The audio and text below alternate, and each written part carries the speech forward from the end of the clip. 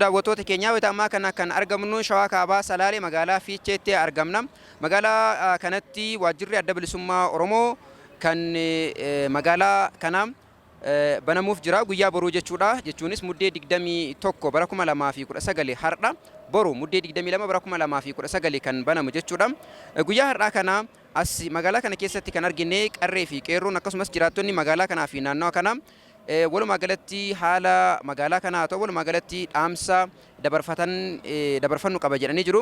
Mee dhaamsi isaanii maal fakkaata yookaan dhaamsa maalii qabu ka jedhus isin biraan geenyaa akka hordoftan kabajaadhaan isin afeerra. Maqaan koo Geetaachoo Dhufeeran jedhama. Jiraataa bulchiinsa magaalaa Fiicheeti. Duraan dursee baga waaqomtuu kanaan nu ga'een jedha. Kanatti aansuudhaan gaafii yeroo dheeraa uummanni naannoo kanaa qabus hawwiin inni qabus waajjirra adda bilisummaa Oromoo akka nu banamu barreen gaddumaa qabameeti kan hawwaa turres hayyaadamaa turres bu'aa bayii hundi waan nu muddate bu'aa bayii san keessa dabarree har'a waajjirri kun asitti nu saaqamuu isaatiif gammachuu guddaatu nutti dhaga'ama. Waajjirra adda bilisummaa Oromoo erga bara 19 akka lakkoofsa Fashaatti 1984 tokko jedhee irraa kan calqabame jechuusaati. Kanaafuu gammachuu guddaan nutti dhaga'ama. Namni keenyas baay'eetu lubbuu itti dhabe bara san keessas bara kanas shira yeroo san wayyaaneen irratti xaxxeen naannoo kanatti warra Habashaa kanatti kakaastee waraanni adda bilisummaa Oromoo jara isa irratti tarkaanfii akka fudhatu godhamee waajjirri sun akka cufamu kan godhame. Har'a inni banamuu isaatiif shira san hunda keessa darbeetoo kan bara darbee keessas darbee kana keessa darbee dhufeetoo waajjirri kun banamuu isaatiif gammachuu guddaadha. Uummanni hawwii guddaadhani kan hawwaa jiru waanuma boru waliin agarru baniinsa waajjira kanaa booda waajjira xiqqaa kanarra waajjira gurguddaa isa fooqidhaan hawwoonni keenya sabbata irraa kaffalanii ijaarrata sanitti galuudhaaf hawwii qabna. Isa san galuudhaaf immoo filannoo dhuftu kanarratti hunduu namni hawwaa jiru kanu filannoo dhuftu kanarratti mo'annee waajjira guddaa sanitti galladheet uummanni hawwaa jira. Kanaafuu hawwiin keenya isa kana jechuudha. Maa irratti uummataaf dhaamsa maalii qabdu? Uummataan qabsoo keenya akkuma amma calqabne kanaan jabeeffanneen naamusaan wal dhaga'uudhaan tokkummaadhaan itti qabsoomnee kaayyoo keenya galmaan gahachuudhaaf kaayyoo warra dhumanii kaayyoo gootota keenyaa galmaan gahachuudhaaf jabaannee qabsaa'uu qabnaan jedha. Wal biras dhaabbachuu qabnan jedha. Hayya dura dursoo yaada nuuf laachuuf argamuu keetiif maqaa ONN'n hedduu galatoomiseen jenna. Maqaan kee eenyudha? Jiraataa eessaati? Isinillee gara Salaaleetti dhufuu keessaniif galatooma jecha. Ani jiraatuma Godina Salaale asuma magaalaa Fiicheeti. Jiraatuma ganda Duwwaa Afuriiti asuma ganda kana keessan jiraadha. Wayita ammaa kana kasi argine Sirna Baniinsa Waajjira Adda Bilisummaa Oromoo kan magaalaa Fiicheetti gaggeeffamuuf jala bultii isaatti. Maaltu si dhagahame akka dargaggeessa jiraataa magaalaa kanaatti? Ani waan kana turuu isaatti nan gaddaa garuu akka jiraata magaalaa kanaatti gammachuu guddaatu natti dhagahama. Gammachuu amma kana jedhamne natti dhagahama. Kana yeroo jedhu uummanni keenya waggaa 150 ol kan eeggataa ture guyyaa irraa kanatti bifa milkaa'aa ta'e kanaan waan kana jala bultii kana ga'uu isaatiif gammachuu amma kana jedhamnetu natti dhagahama. Sabaaf sablammoota biyya kana keessa jiran hundaafuu dhaaba maqaa uummata Oromootii fi maqaa uummata biyya kanaatiin garafamaa ture kanaatti hirmaatanii dhaaba kana tifkachuu qabu. Waajjira kana saaquu qofa odoo hin taane itti seenuu qabu jedhaan. Kanaaf uummanni Oromoo dhaaba maqaa isaatiin garafamaa ture kana fi uummanni illee itti garafamaa ture kana dammaqinaan irratti hirmaatee tiskachuu qaban jedha. Nuti magaalaa kana keessa ni amma tureera ergan jiraachuu qabe magaalaa kana keessatti uummanni kamiyyuu wal danda'ee uummata jiraatudha. Uummanni magaalaa kana keessa jiraatan sabaaf sablammoonni garaagaraa bifa mijataa ta'een kan jiraataa jiranii. Kanaaf bifuma kanaan wal danda'anii jiraachuu qabu jedha gama jireenyatiin. Kanaan wal qabatee garuu shirri garaagaraa jira. Uummattoota kana yeroo siyaasa dabarfachuu barbaadan tokkoon ka'ii tokko si nyaachuuf deema akkana si gochuuf deemanii si buqqisuuf deeman jedhanii uummata walitti buusuudhaaf ajandaa garaagaraa yeroon itti dabarsan jiru. Dhaabni garaagaraa. Kanaaf saba sablammoonni magaalaa kana keessa jiraatan adda bilisummaa Oromoo wanta nama nyaataa kan hin taane ta'uu isaa hubatanii tifkachuu uummata Oromoo wajjin nagaan jiraachuu gaafii qaban karaa seera qabeessa ta'een furachuu qabuun jedhaan. Yaada nuuf laatteef maqaa dhaggeeffattoota akkasumas daawwattoota ONN'n hedduu galatoomis jedha. Wanni hafee jira jettu yoo jiraate hiree kanaan uummataan gahachuu dandeessa. wanni hafe yoo jiraate ani wanni itti dabaluu barbaadu waa'ee barattoota Oromoo yuunivarsiitiiwwan garaagaraa yuunivarsiitii naannoo Amaaraa keessa jiran kana barreen gaddaadha kanaan eebbifamee bahanii yuunivarsiitii Walloo Dasee irraa eebbifamee bahee rakkoo yeroo sanatti keessatti nu mudataa ture anis nan beeka maqaa barattoota Oromootiin yeroo sanatti koree taanee filamnee amma hiriira nurratti bahutti amma doormii ji'a lama minaaman nu jiraachisutti barreen gaddaadha kan nurratti raawwatame kuni barana barattoonni kun yeroo lama yeroo sadi yeroo afur kan badanii dhufanii achitti deebi'aa jiran mootummaan maaliif fala nu kaanyee barattoota kanaafi barattoonni keenya dhumaa jira amma abraffaa shanaffaa achitti deebi'aa jechaan jira barattoota kana maaliif fala kaa'uu fi dadhabee mootummaan jedhaan gama biraatiin ergaan qabu hin jiru galatooma yaada nu filaatte fatis hedduu galatooma ulfaadha. Hayyee ulfaadha. Hayyee maqaan koo Leellisaa Addaamuu Taaddasaa jedhama. Dhalataa Godina Shawaa Kaabaa aanaa Yaayyaa Gullalleeti. Jiraataa magaalaa Fiicheetii jechuudha. Guyyaa har'aa kana waajjirri adda bilisummaa Oromoo banamuudhaaf jala bultiitti jirra. Adda bilisummaa Oromoo jechuun dhaaba waggaa dheeraadhaaf Oromoof odoo hin taane sabab-sablammoota Itoophiyaa tanaatiif qabsaa ture waan ta'eef Oromoof keessattuu dhaaba waggaa 50 nuffii tokko malee dadhabbii tokko malee adda durummaadhaan qabsaa turedha waan ta'eef guyyaa har'aa kana waajjirri adda bilisummaa Oromoo Godina Shaggar yookiin Salaale keessatti magaalaa Fiichee keessatti banamuu isaatiif gammachuun koo humnaa olii jechuudha. Sababni isaas adda bilisummaa Oromoo jechuun Oromoof wareega hedduu kaffalee imaanaa hedduutu irra jira. Imaanaa gootota hedduuti kan baatee jiru. Kanaaf imaanaa gootota hedduu kana baatee jiraachuu isaatiin immoo guyyaa har'aa kana waajjirri isaa banamuu isaatiin baay'eedha kanan gammadu jechuudha. Sabab-sablammoota magaalaa kana keessa jiraatanii fi waa tokko hubachuu qabuun jedha. Maaliif uummanni Oromoo kan qabsaa'u mirga dhala namaa dhiibuudhaan odoo hin taane mirga ofii kabachiifatee mirga saba cunqurfamaa kabachiisuuf jechuudha. Yeroo baay'ee adda bilisummaa Oromootis kan qabsaa'u jechuudha. Kanaafuu Fiichee keessa yoo ilaalle sabab-sablammoonni hedduun hin jira jechuudha. Fakkeenyaaf keessattuu daangaa Amaaraa fi Oromoo gidduutti kan argamu waan ta'eef Amaaronni yeroo baay'ee lafa keenya jedhaniiti kan dhiichisaa jiru. Isa kana Oromoon yeroo baay'ee garaa bal'ateeti kan obsaan keessa jiraachaa jiru ofitti qabee yeroo baay'ee akka biyyaatti akka abbaa biyyummaatti kan of ilaalaa jiranii gaafa lallu Oromoon ofii isaatirra darbee biyyoota sabab-sablammoota cunqurfamuudhaaf qabsaa jira isarra darbee biyyoota Afrikaadhaaf aga qabsaa'utti kan jiru waan ta'eef sabab-sablammiin kamuyyuu haga uummata Oromoo hin dhiibnetti haga mirga uummata Oromoo hin tuqnetti haga barbaadetti jiraachuu danda'a garuu lafa Oromootiin qabeenya Oromootiin kiyya jedhanii falmuun gonkuma hin danda'amu bakka kana kabajanitti uummata Oromootiin jiraachuu mirga guutuu qabanii jechuudha. Yeroo baay'ee rakkoo jira gaafa laallu rakkoo hammaatara kan jiru rakkoonni tokkoffaa qaamni kun yookiin lafumti kun dacheen kun keenya shawaa kan jedhamu keenya haga jechuuti kan isaan ga'anii rakkoo kun immoo kan ofirraa maddu Oromoon gara balleessa ta'uu isaati jechuudha.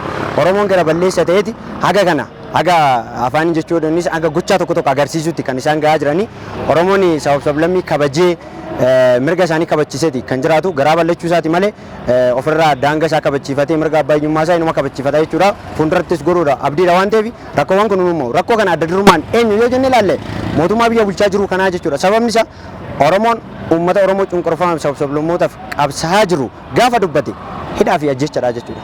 Garuu aga Oromoon abbaa biyyaa ta'etti aga Oromoon waan isaa irratti qabsaa jirutti halagaan daangaa isaa biyya isaatirra darbe aga dachee Oromoon nan fudhadha gaafa jedhu mootummaan adaba itti gochuu dide Oromoof garuu Oromoon dhugummaa isaatiin gaafa uummata isaatiif waan dhugaa dubbatu uummata Oromootti deemaa jechuudha. Isa kana fallisa mootummaan yoo Oromoof ni yaadate yoo uummata Oromootiif nan dubbadda jedhe warra daangaa uummata Oromootti caa jiran kana kabaja itti horuu qabaadhaa jechuudha. San hin taane taananoo qeerroon akkuma kaleessa sirna TPLF harka micciiree kana harka micciiree waan gochuu danda'a jechuudha. Kun ifa guyyaadha jechuudha. Garuu sana odoon godhin dura mootummaan of laalee warra daangaa uummata Oromootti darbaa jiran kana adaba itti gochuu qaba. San hin taane taanan qeerroon lafa jira jechuudha. Dhaamsi kiyya kana. Girmaa Zannabaan jedhama. Jiraata magaalaa kanaati bara 2011 barnoota maarkeetingii maanaajimenti hawaasa yuunivarsiitii irraa eebbifame. Guyyaa har'aa kana addi bilisummaa Oromoo yookiin ABO'n magaalaa kanaatti waajjira banachuun isaa gammachuu guddaa natti dhaga'ama jechaadha. Maayidhaa fi kana dura baay'ee ukkaamsamnee turre jaallan keenya akkasuma bilisummaa fidaniitiin guyyaa har'aa kana xiqqoo cilancillee bilisummaa argannee jirra. Asitti dhufeetoonni addi bilisummaa uummata Oromoo dhufeetoonni waajjira isaa banachuun baay'ee na gammachiisee jira akka nama tokkootti jechaadha. Akka barataa Oromoo Yuunivarsiitiidhaa eebbifameetti saunummoo kadhiyoo eebbifameetti haalli barattoota Oromoo keessattuu haalli barattoonni Oromoo Yuunivarsiitii naannoo Amaaraa keessa jiran keessatti argaman maaltu si dhaga'ama akka barataa Oromootti maal jetta? Akka barataa Oromoo tokkootti baay'een gadda. Maaliidhaaf yuunivarsiitii jechuun iddoo beekumsaati waan ta'eef iddoo jeequmsaati miti.